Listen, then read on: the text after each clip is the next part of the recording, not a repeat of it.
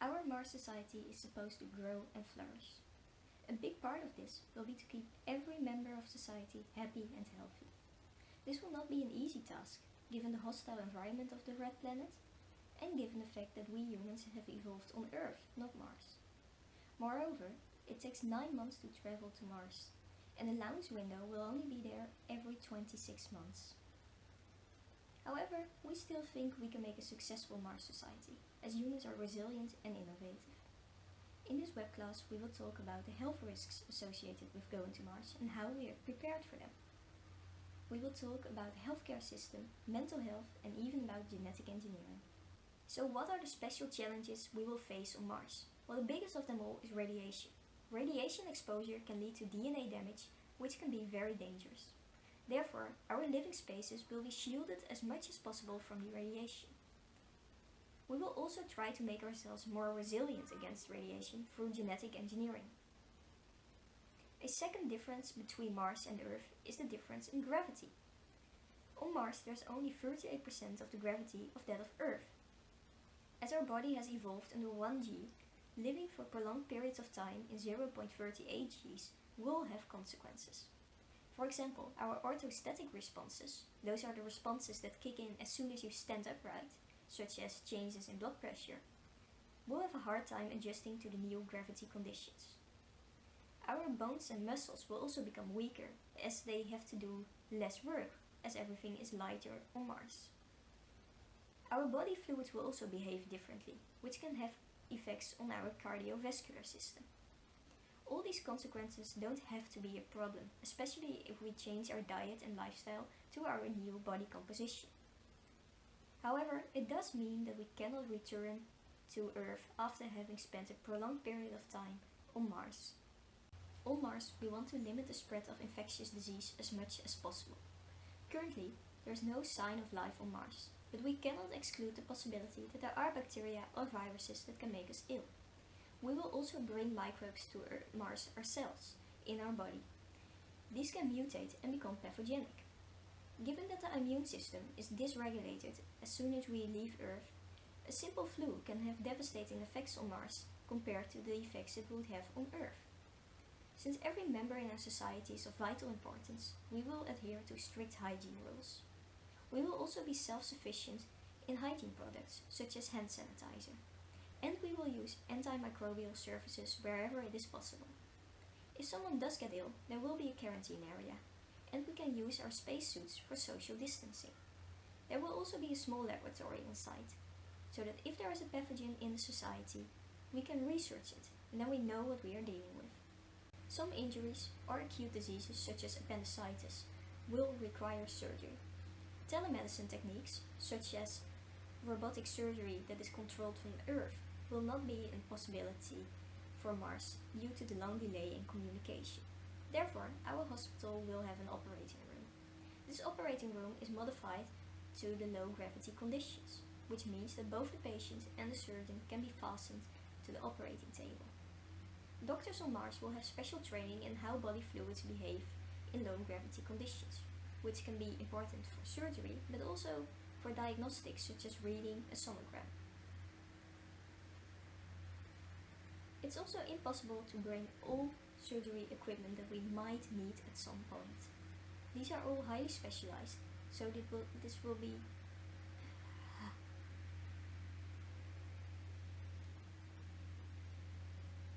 It also isn't a possibility to bring all possible surgery equipment that we might use at some point in the future. All these different types of equipment will take up too much space in the spacecraft, bringing stuff to Mars or on the Mars basis itself. Therefore, we will have a 3D printer with an extensive database of surgical equipment. If we need a highly specialized piece of equipment, we can make it ourselves. We can also use this machine for all single-use surgical equipment, such as masks. Given all the preventative health measures that we will be implementing on Mars, and given the fact that we will be prepared to treat disease when necessary, we expect that almost all members of our Mars society will grow old. This is a good thing, but growing old does have one major drawback in the form of age-related diseases. On Earth, These diseases are almost always manageable and sometimes even curable. On Mars, this might not be the case, and traveling back to Earth isn't an option either. This means that if you are burdened with one of the diseases we cannot treat, you have to accept your fate. We will have plenty of palliative care options available to you to make sure that you can enjoy your last moments in the Mars society that you have helped build. Everyone has to die someday, and Mars would be a pretty cool place to do so. We set out to keep our Mars society healthy but also happy. You might think that sounds like it's hard to do in such a dangerous and secluded place with only a limited amount of people. But we have also prepared to safeguard your mental health. Arthur will tell you more about that. Hi, and thank you, Mocha. So now we are going to talk about the mental health concerns and potential psychological issues that might arise while you take this journey onto Mars. A psychologist in 2014 called Bassner actually realized an experiment where he put a few people into isolation to study them and see how they would react. They would have specific tasks to accomplish, and they would have an overarching mission. They realized that the biggest factor and the most crucial one is actually depression.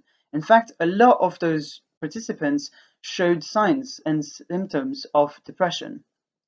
And this, well, actually impacted the success of the mission a lot, really a lot. Because basically, what started to happen is that they started to be tension in the crew, there started to be rebellion, and a general lack of motivation to complete any kind of task. Of course, this does not happen with, and it did not happen with every single participant, but it did happen with most of them. And if the majority is falling into this pitfall, then the entire mission is jeopardized. We realized that this was due to a couple of things, especially that we've observed in submarines, and that could definitely be adapted to our Mars expedition. The first point is the lack of privacy and of personal space. You are going to be into a space with the same people. I know it's 500 people, but it's still the same people over and over, and there is no way for you to just get out of there and go into another country or go into another region or take a holiday by the beach. All of this is not possible. So it will affect your mood and especially, well, maybe lead you to a possible depression. The lack of sunlight as well is very important. Research has shown that if you do not get a 24-hour cycle of sunlight, it might impact, I mean, not it might, it will impact your mood and might lead to a possible depression.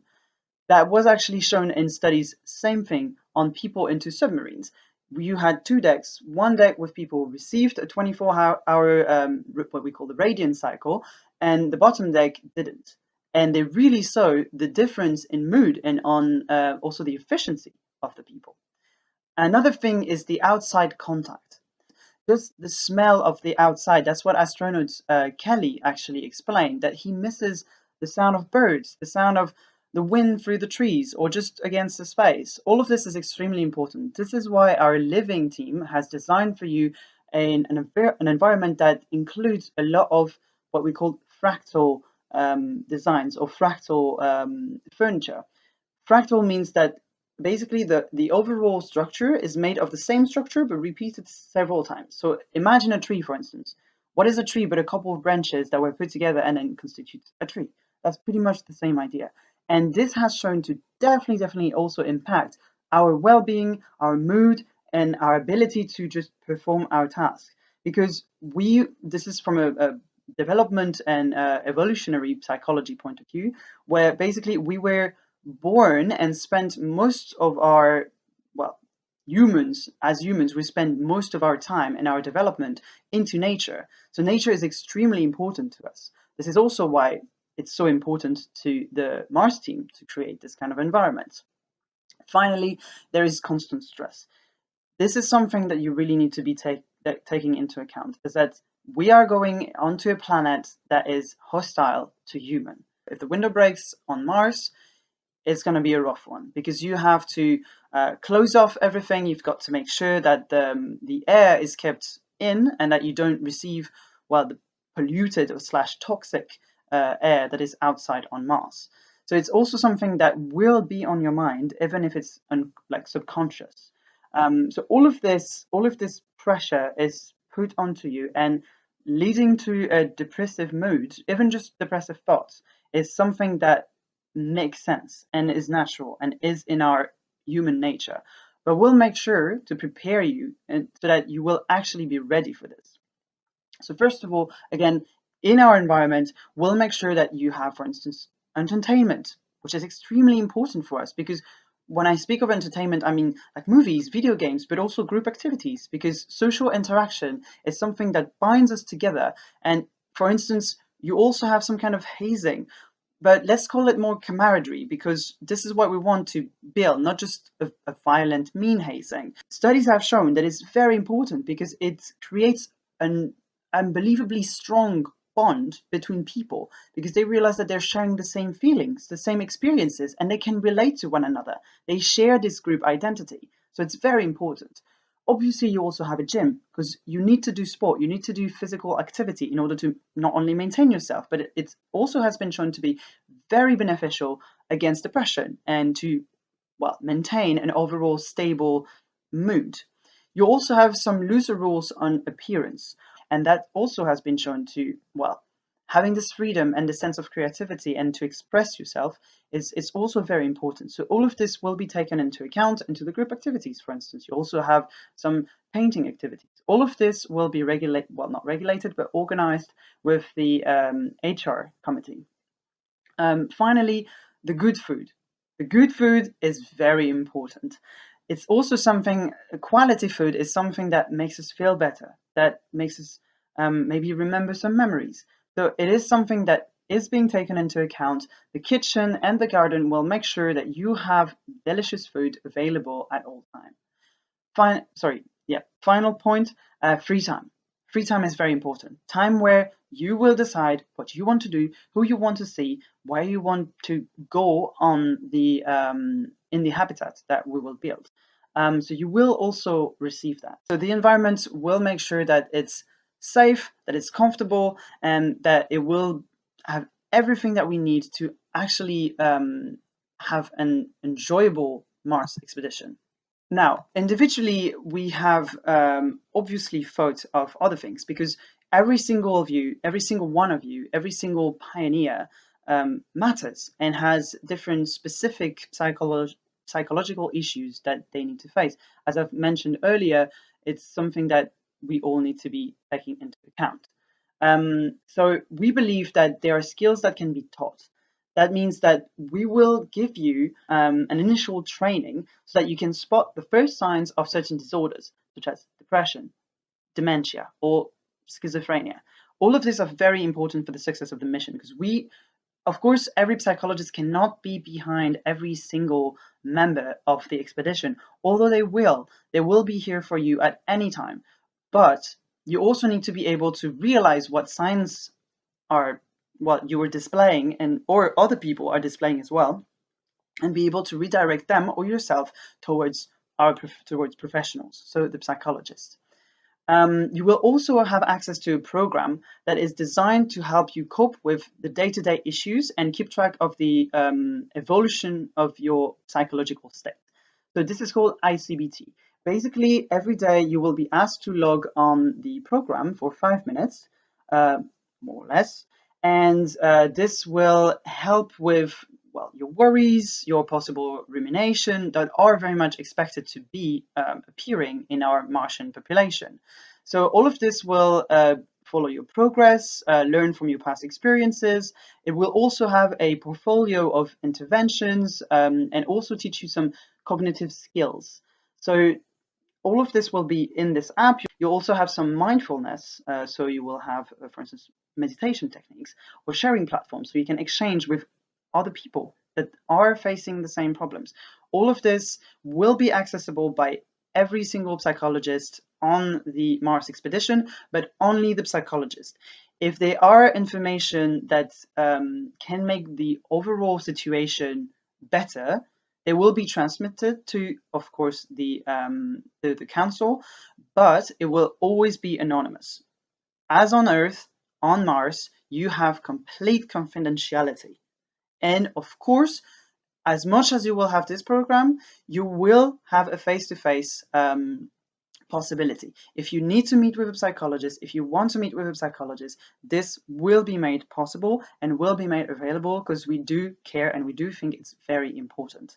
Another thing as well is that actually through this program, if the psychologist realized reading your results that you might need some help and you might need a face-to-face session, then they will definitely organize it. So that's why the program is here to serve as primary care, not really as long treatment. It's just to make sure that everyone is doing okay, and it's also helping in what we call behavioral action. So this is basically positive reinforcing, so that it helps with dysfunctional thinking, which can lead to depression. So it will not replace the face-to-face support, but you will be asked to complete a mandatory visit to a psychologist every 2 weeks. Because again, we might be 500. That might sound like a lot, but we all rely on one another, so we can't just skip it. All of this will be repeated during your, what we will call the psychological training. But again, it's important to start now, and it's something that you can even start using in your everyday life, even if you don't decide to join us. So yeah, well, thank you very much for listening to me, for listening to this web class. And I'm now going to let Delina explain to you what you need to prepare yourself, what you will have to face as a pioneer on our Martian expedition. So now that we have some information on the environment and how this can impact your physical and mental health, you can now weigh the pros and cons of going to the mission, and if you're still interested, then there is going to be a genetic procedure that you're going to have to go through. We do this because we're trying to mitigate the risks of radiation, which would mostly be coming from cosmic and extragalactic cosmic rays, solar X-rays, and rays from particles trapped inside the cores of planets. Why radiation is such an issue is because it can cause a lot of damage, both directly or indirectly by forming molecules that have unpaired electrons, which are therefore very reactive because of that unpaired electron.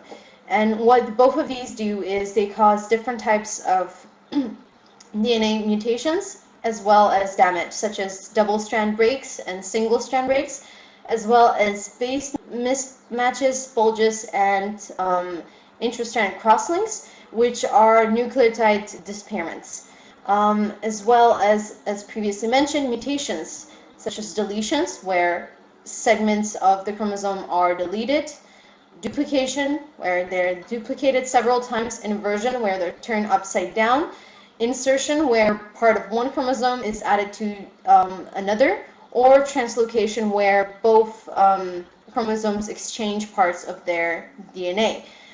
That's why we're trying to mitigate the risks of this. Now, a little bit of backstory, because we're going to have to sequence your DNA in order to know if you fit this health profile that we require for you to go on this mission. And the procedure that we're going to use is next generation sequencing, and it works on the basis of DNA repair or replication. And this is how replication happens. So you have the double-strand breaks where the hydrogen bonds between the nucleotides break, and then you have two separate strands where an enzyme, not shown right now in this picture, starts adding nucleotides in the 5' to 3' direction and adding complementary to the template strand already from the formed DNA. And you will now see how this is used in next generation sequencing. So what happens in next generation sequencing, we take swabs of cheek cells or skin cells, and then we break them open. We extract your DNA, we cut it into fragments and add adapters or sticky nucleotides so that they can stick to a flow cell, which is this right here. And then we use the PCR reaction to create more copies of this same DNA fragments. Then we start using nucleotides, which are specialized because they're marked with different colors, which would send a signal once they attach to the complementary strand. And as this procedure goes, one nucleotide is attached, a signal is of fluorescence is detected, and then another one can be attached, and then another one, and it goes through the same process as DNA replication would be. And this is why we make so many of these copies, so that the signal can be stronger and more easy to detect. And once we have a full image of all of these signals, and therefore all of the nucleotides from the strands, we use a template that's already from an already sequenced genome to sort of put together the genome that we've sequenced right now. And based on that, we can make an analysis to see if you fit the profile. If you do, then you're going to be infected by a protein, a gene coding for a protein known as DSUP, or damage suppressor protein, which is found in tardigrades. These are microscopic creatures that have been known to survive really high temperatures as well as really low temperatures, but also very high amounts of radiation. And how they do this is by this DSUP protein, which coats around the chromatin of their DNA in their chromosomes, and this protects them from the hydroxyl radicals, or the molecules which have an unpaired electron that might do DNA damage.